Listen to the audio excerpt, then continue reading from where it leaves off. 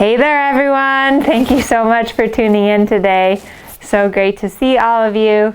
Today we are talking about dressage competition and a little bit about dressage mindset and the warm-up and how to prepare for your test for your dressage show. It's looking like, at least here in the US, they're going to start having some shows in June. And so I'm hopeful that towards the end of this season, we're going to get to be doing some shows, which will be awesome. Shows are a great way. I love showing. Shows are a great way to get motivated. The tests are really designed wonderfully to help you train your horse and educate your horse properly. If you don't want to show, of course, that's totally fine. I have many students that have no interest in competing, but it can still be really good to kind of go through and read some tests and practice some of the patterns because it motivates you to ride better and to train your horse better. So today, what I wanted to do is kind of go through a little bit generally some of the lower levels here in the US. The lower level tests are different based on which country you are in, but it kind of follows the same principles. So we're going to go through the purpose of these lower level tests and look at how they fit into the training scale, look at kind of some of the exercises in each level, and then also look at things like the mindset that you want to have going into the test, how to memorize your test, and some other great stuff like that. So I also have a training level and a first level course, which will go into depth on each of the tests at these levels and really help you step by step prepare for the level and troubleshoot the hard movements, like the stretch circle, the 3-loop serpentine, everything like that. So those courses are on sale right now just for this week. Check out the link below at www.thedressagetraininglab.com/online courses/. So check that out and let's get started. This is kind of a recap for any of you that were on the live call on Sunday. So some of the stuff is going to be the same, but I'm going to put in some new little tidbits for you guys. So thanks for watching. Give me a thumbs up, subscribe, and comment in the comments and let me know. I want to hear from you guys about the most embarrassing show moment that you have had. And I'm going to tell you at the end of this, my most embarrassing. All right, thanks guys. Okay, dressage competition and test riding is today's topic. So I love competing dressage for a few reasons. One is that it's a chance for me to really show off all of the training and the daily work that I've put into my horses. Another one is that it motivates me.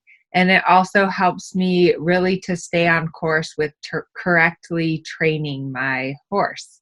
The way that the tests are designed really are, for one, they're very incremental. So they're kind of like baby steps. Each test introduces new concepts and new ideas. So it's a great way to kind of gauge your training and introduce new exercises. And as you'll see, the tests are also very based on the Dressage Training Scale. And as you know, the Dressage Training Scale is a guide that we use to train our horses. So we're going to go through a little bit each level. Every country has different lower levels. Every country comes up with their own. In the US, it's training through 4th level. That's only in the US and also Canada. But if you're in Europe, you'll have different tests for the lower levels. The FEI test, which is starting at the Prix St. George, and then also the I1, the I2, and the Grand Prix, those are international tests.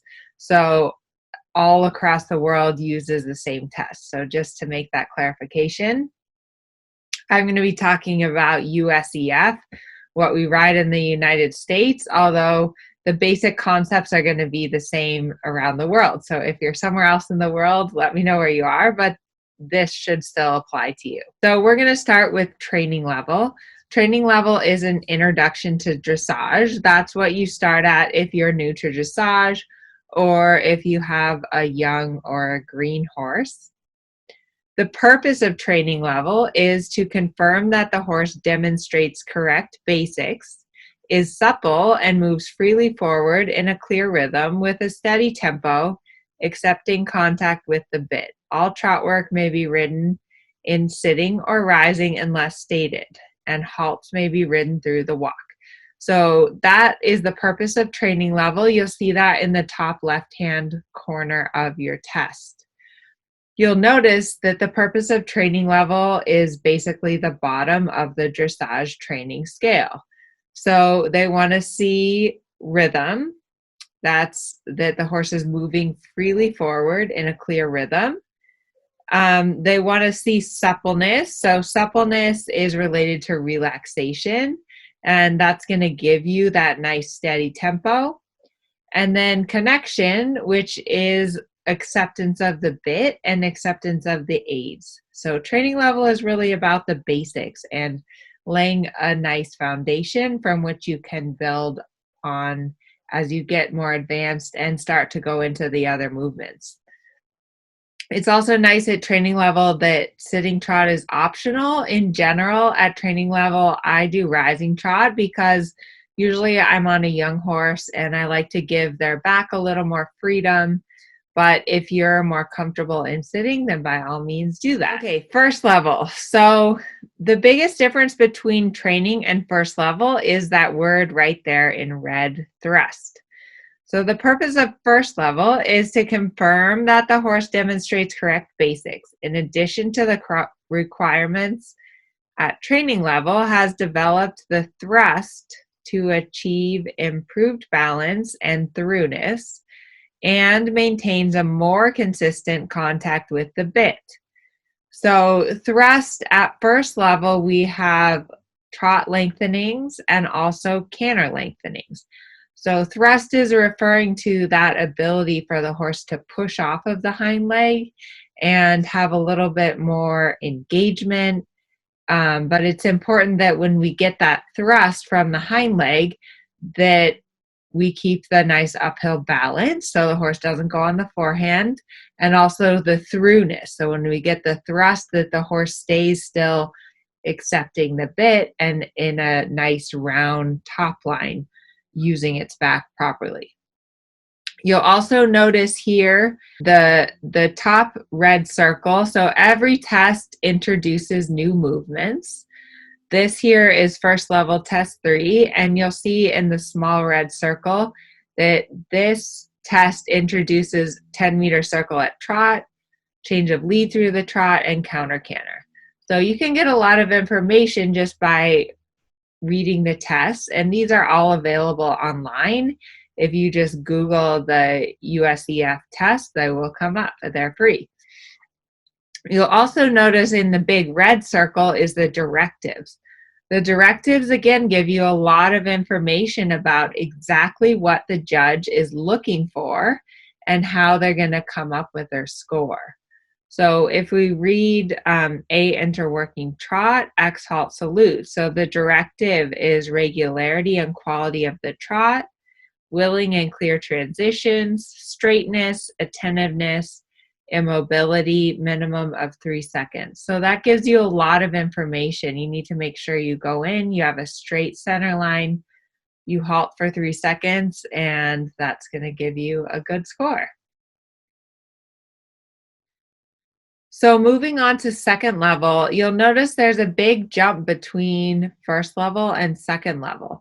At second level, things get much more complicated. So you'll see the purpose of second level is much longer, to confirm that the horse demonstrates correct basics, and having achieved the thrust required at first level, now accepts more weight on the hindquarters, which is collection, moves with an uphill tendency, especially in the medium gaits, and is reliably on the bit. A greater degree of straightness, bending, suppleness, throughness, balance, and self-carriage is required than at first level. So going back to the dressage training scale, you see suddenly at second level, you need to be paying attention to the entire training scale, because now we've introduced collection. Starting at second level, we have collected trot and collected canter. So that's why the jump from first to second level is a big one. And it takes sometimes riders and horses a while to make this jump. Okay, so the scoring for each movement, the judge will give you a score between 0 and 10. They can also give you half marks, so you can get like a 6.5 or a 7.5. And you'll see here that 0, not performed, 4, insufficient, 5, sufficient, 6, satisfactory, 7, fairly good, 8, good, 9, very good. Most of the scores, I would say, are between like 4 and 7. That's where the bulk of your scores are going to be. And if you're starting out getting a 60%, I would say that's pretty good. I remember when I was first showing and I would get a 60%, I was super excited because that was a qualifying score. The collective marks. So at the end of all of the tests in training through fourth level, this is not true of the FEI tests, but in the USEF training through fourth level tests, you have collective marks. These are basically a general impression of your ride. So gaits, which is basically the judge averages the walk, the trot, and the canter and gives you a score for these. They want to here again see that freedom and the regularity, the purity of the rhythm of those gaits, and that all factors into your gait score. And then the second mark is for impulsion. So when we think of impulsion, you'll see the bottom picture there. We think of the hind end of the horse is just a simple way to remember. The desire to move forward, elasticity of the steps, suppleness of the back, and engagement of the hind quarters. So it's basically the engine. If your horse is really behind the leg and slow and not going forward and taking choppy steps, you're going to get a low impulsion score. And then submission, we think of the front end of the horse, kind of the brain of the horse, if the horse is cooperating on show day or not. So submission is willing cooperation, harmony, attention and confidence, acceptance of the bit and aids, straightness, lightness of the forehand, and ease of movements. So impulsion and submission are both coefficients, so they're counted double. And it's just kind of a general impression of your route. Now, the final two collective marks are about rider position. The first one is about the correct alignment, posture, and stability of the rider. And then the second one is about the effective use of the aids. And these scores are really important. First of all, that you look good, that your position is correct, that you have that correct alignment of your ear, shoulder, hip, and heel, that you're sitting up straight. I like that they include weight placement, and that refers to that you're not leaning from side to side, and also that in your lateral work and your circles that you are correctly weighting slightly more on the inside seat bone. Also following mechanics of the gaits. We've talked about that part of being a good rider is really following your horse's motion with your body and your elbows and your hips, and all of those hinges are taking up the motion of your horse. And then finally, effective use of the aids. So clarity, subtlety, independence, and accuracy of the test. So accuracy is a huge one when you are riding a test. It is a performance. And so you want to do the movements where they're called for.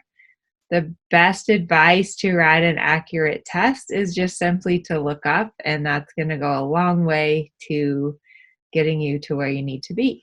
So transitions, again, we did a video last week on transitions that I'll link below, but transitions are really expensive in your test.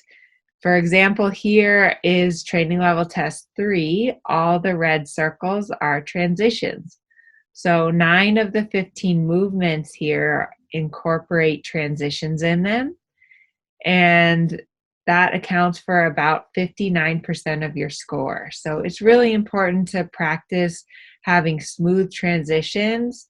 And an added complication here is that in your test, you have to do the transition exactly where it's called for. So that's a big difference between schooling and test riding, is that when you're test riding, you have to do the transition exactly where it's called for. Okay, ride your corners. Your corners get increasingly more and more important as you go up the levels, because the corners prepare you for the next movement that's coming. So coming out of the corner, you may need to ride a medium trot or an extended trot. You may need to ride a half pass. You may need to ride a line of flying changes. So your corners are really kind of like your free space where you can get your horse back on the aids. You need to make sure your horse is bending. You need to make sure that that inside hind leg is engaged, that you have the nice frame. And starting at training level, you don't ride as deep into the corners at the lower level. So as you train up the levels, you ride deeper and deeper into the corners as your horse can maintain that balance. As they get more engaged, you can ride deeper into the corners and expect a little more bend. If I'm on a really green 4-year-old at training level and I'm cantering, I don't go deep at all into the corners. But nevertheless, it's important to consider that these corners are really important places where you can kind of get your horse back on the aids and get ready for the next movement that's coming. So just think about that, and especially at home, really use the corners to prepare you for the next movement.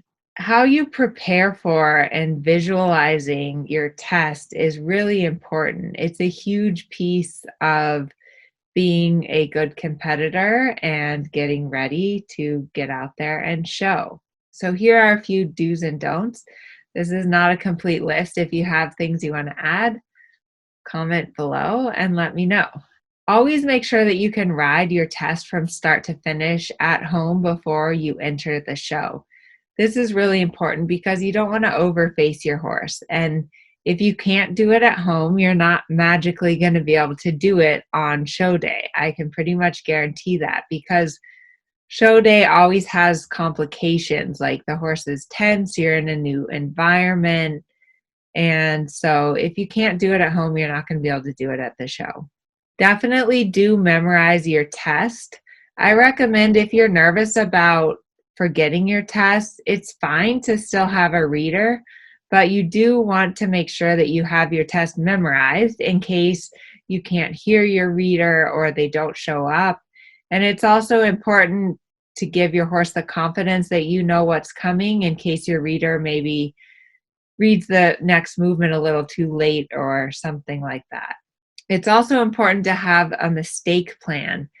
You don't want to visualize a mistake happening, but if you know that, for example, maybe your horse often takes the left lead instead of the right lead. So you need to kind of visualize, okay, if I ask for the right lead and my horse takes the left lead, what's my plan?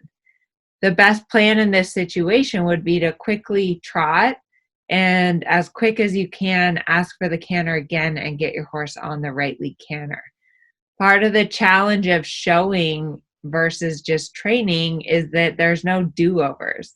Once the judge rings the bell, you have to perform the test from start to finish, and you can't just say, oh, well, I'm not ready, I need to take another circle. So that's part of the challenge of showing, and it's an art to be able to stay on course and still make little corrections with your horse. I also really recommend that you school in the show ring before the show. So I always take my horse over to the show the day before, get them acquainted with the surroundings, and this is really helpful to give your horse a new confidence that you're going to have a good show day. All of the top riders, the international riders, they all school their horses in the show ring before the show. They never go in there cold turkey. So that can really help, that there's no surprises and you know what your horse might look at in the show ring. So don't just ride the test over and over again. I see people do this a lot in their effort to prepare. They're riding the test over and over and over again. And this is bad because the horse starts anticipating what's coming. And it also sometimes means that you're training and repeating things badly. So I recommend riding parts of the test, like maybe riding the right lead canter part, and then focusing on making that part really good. I also recommend there's little tricks you can do. Like when I practice, I always halt past X. Otherwise, your horse is going to start to anticipate that every time you get to X, they're going to halt. And it's good. You kind of want your horse to know what's coming up. So for sure, ride through the test once before the show, but then be clever about not just repeating the same pattern, or the horse is going to learn the test. And some horses will anticipate really badly what's coming. Also, don't overface your horse. I recommend that you're schooling at a level higher than what you're showing. So you should be schooling second level and showing first level. That way you can really have the best chance at having a successful show, giving your horse and yourself the confidence in the show ring, and that's going to be just way better and for your horse and also for your own psychological state. Don't start the ride with a negative mindset. So I've done this before, kind of gone down the center line and maybe been unhappy with my warm up or unhappy with how my horse is feeling, or worried about maybe the judge wasn't nice, and it really affects your whole ride.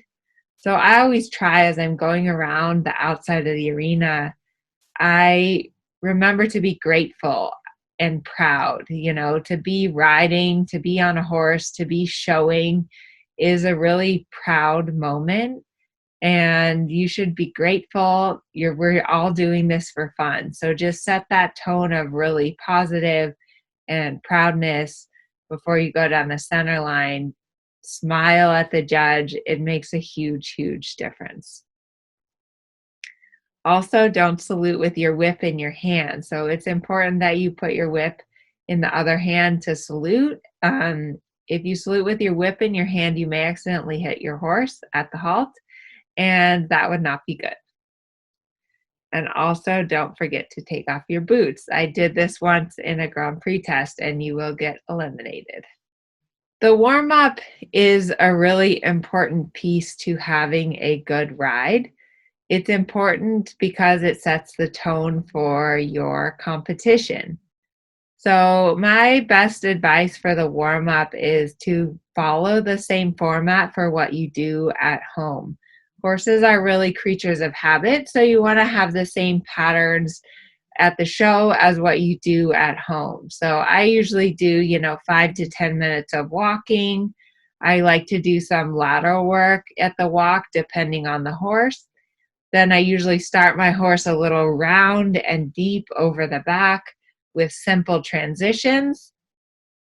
Then at the show, once my horse is on the A's and relaxed, I will practice some of the movements that I have in that particular test. So you do kind of want to go through and give your horse a heads up for the movements that are coming in the show ring. You don't want to school movements that are not in your test. So if, for example, you're showing first or second level, you have counter canter. So do not do flying changes in the warm-up, or your horse is going to do a flying change in the show ring. It's also really important that you have the right amount of time for the warm-up. In general, I do a 30-minute warm-up with most of my horses. Also factor in that at some of the shows, you may have a long walk from your trailer or from the barn to the show ring. So you want to factor that into your warm-up time. It's better to have a little too much time than too little, but you don't want to get on so early that you and your horse are exhausted, or that you end up walking for a long time and your horse kind of thinks they're done before you go in the show arena. So another really important thing is to remember to breathe. I always, you're going to be a little tense on show day. So is your horse. So really remind yourself to take some deep breaths and relax and lower your center of gravity. And this will help your horse also to relax. One of the don'ts here also is don't try to train your horse in the warm-up. It's really important that your horse is trained before you get to the show, that you have confidence in the training that you've done at home. So don't get into a big fight or a battle with your horse at the show, at the warm-up arena. It's really not the time to do that. So after you've done your test, it's really important to read and learn from your test. Sometimes judging is hard. Being a judge is very difficult. They go through a lot of training. They don't get paid very well. And it's hard to watch ride after ride and be subjective with it's hard to ride after ride and be as objective as possible when dressage is a very subjective sport. So nevertheless, judges are very well trained and educated with what they're looking at. So you can learn a lot by reading over your test and picking out some things that you want to work on for the next show. So some things to look for are, what's like the biggest comment that you get repeated over and over again? Is it like the horse isn't forward enough? The horse is too short in the neck? The horse isn't on the bit? That's kind of going to be your biggest takeaway that you need to work on for the next show. The other thing that I really look for is I look at comparing left and right. You can learn a lot by, like, if all of your scores tracking left, like your left circles, your left shoulder in, your left half pass, if those scores are all higher than the right, then you need to work on the right. And also, it's important to decide what areas to work on and what areas you kind of have to just let be. Every horse has their strengths and their weaknesses, and your horse may have some limitations. If, for example, you're riding an older horse, sometimes it's not really fair to work on your medium or extended trot because they just simply can't physically do that anymore. So in this situation, what you can work on is riding super accurately. You can work on perfecting your halts. You can work on maybe your flying changes. So finding what areas you can make improvement in, and then other areas that maybe your horse is a bit more limited. And it's really important to be smart about that so that you don't get yourself frustrated or get your horse frustrated. I also try to start a show journal. So after every show, I write down my scores, I write down the biggest takeaways, and then also my goals for the next show. And I really try not to forget before the next show. The last show I did, which was a while ago because of the COVID, everything's been canceled. But I needed to work on my halts. My halts were not good. My horse was anticipating it getting kind of tense into the halt. So I actually put a reminder in my phone to remind me every day to just put in a halt. The halt is a place that you can make points. A halt, it doesn't matter how fancy of a horse you have or anything. It's just, can you ride a straight line? Can you halt and stand still and trot again? It's also important to compete with yourself. Part of what's hard about dressage is that the person with the better horse, with the better gaits, will win, even if you guys ride the same test. And this is just part of our sport. You have to accept it and deal with it. So I always try to measure my success by how my horse felt, if we've made progress from the last show, if I accomplished the few things that I wanted to improve on. And I try not to compare myself to someone that maybe has a better horse or a worse horse. You know, if you win the class and it's just simply because you had the fanciest horse, that's not really great either. You want to compete with yourself, and were you happy with how you rode? Were you happy with how your horse reacted to you, and did they stay with you? How far have you come with your horse, and what obstacles have you overcome? Really, that's more important than winning any particular test. So also be sure to check out my online courses. I have a course on training level dressage for dummies is what it's called. We go through all the details of training level. I go through all of the tests in detail. I break the movements down for you, like the difficult areas, the stretch circle, things that might be tricky. And then at the end, you have the chance to submit a video of you riding, and I will score it and send it back. The first level course is very similar. So be sure to check those out. And now I'm going to tell you my most embarrassing show moment. Okay, so thanks for sticking with me through that little PowerPoint presentation slideshow. Let me know if you guys are liking these. It's just kind of a different way to present information to you. So my most embarrassing show moment was I had this, he was part thoroughbred, his name was Trump, and when he was young, he was such a hellion. So I was at the LA Equestrian Center, and when I went in around the edge of the arena, Trump was already so tense and rotten, and he reared up and squealed, and I started my test, and he a few times started bucking, and he was just so bad. So the judge stopped me and asked me if I wanted to finish the test. And I was so mad. I was like, of course I want to finish my test. What kind of question was that? I was just super determined. So anyways, nevertheless, we finished the test, but it was not pretty. And I'm pretty sure that by the time I was at the barn, I was in tears. So just goes to show you, it happens to the best of us. And, you know, showing can be a lot of fun.